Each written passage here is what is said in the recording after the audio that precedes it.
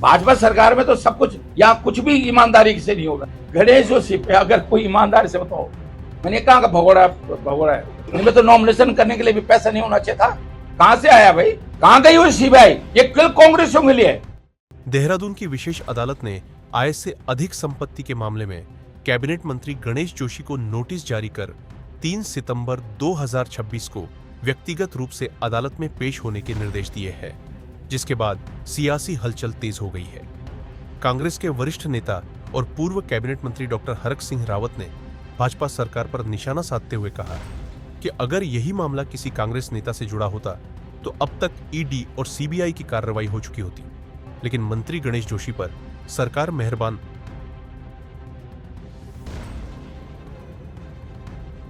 गणेश जोशी को बचाया जा रहा है, और गणेश जोशी क्या, वो तो बहुत छोटा सा हुआ है। भाजपा सरकार में तो सब कुछ, मतलब मैं सोचता हूं कि यहाँ कुछ भी ईमानदारी से नहीं हो रहा है। तो ये मैं इसलिए कह रहा हूं कि ये तो बहुत छोटा हुआ है।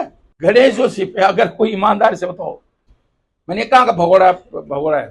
मैं ये कह रहा हूं, मैं भगोड़ा नहीं बोल रहा हूं। पेंशन मिलती है आर्मी की, अगर मिलती है तो मुझे नहीं जानकारी, मिलती हो तो आपको ज्यादा ज्ञान होगा, आप लोग इंटरव्यू वगैरह लेते हैं तो पेंशन नहीं मिलती ना। ठेकेदारी करी, आप बताओ ना कि कौन सा योजना बनाई उन्होंने। तो मैं इसलिए कह रहा हूं कि इनके पास है, था कहां से? इनमें तो नॉमिनेशन करने के लिए भी पैसा नहीं होना चाहिए था। कहां से आया भाई? ये तो एक तो बेईमान होता है। मैं मां बेईमान नहीं कह रहा हूं, मैं नहीं कह रहा हूं, मैं तो बेईमान भी नहीं कह रहा हूं, वो तो कोर्ट तय करेगा। लेकिन ईडी कहां गई वो सीबीआई? ये कल कांग्रेसियों के लिए, ये कल विपक्ष नेताओं के लिए ईडी। अरे खुद संज्ञान क्यों नहीं ले रही ईडी?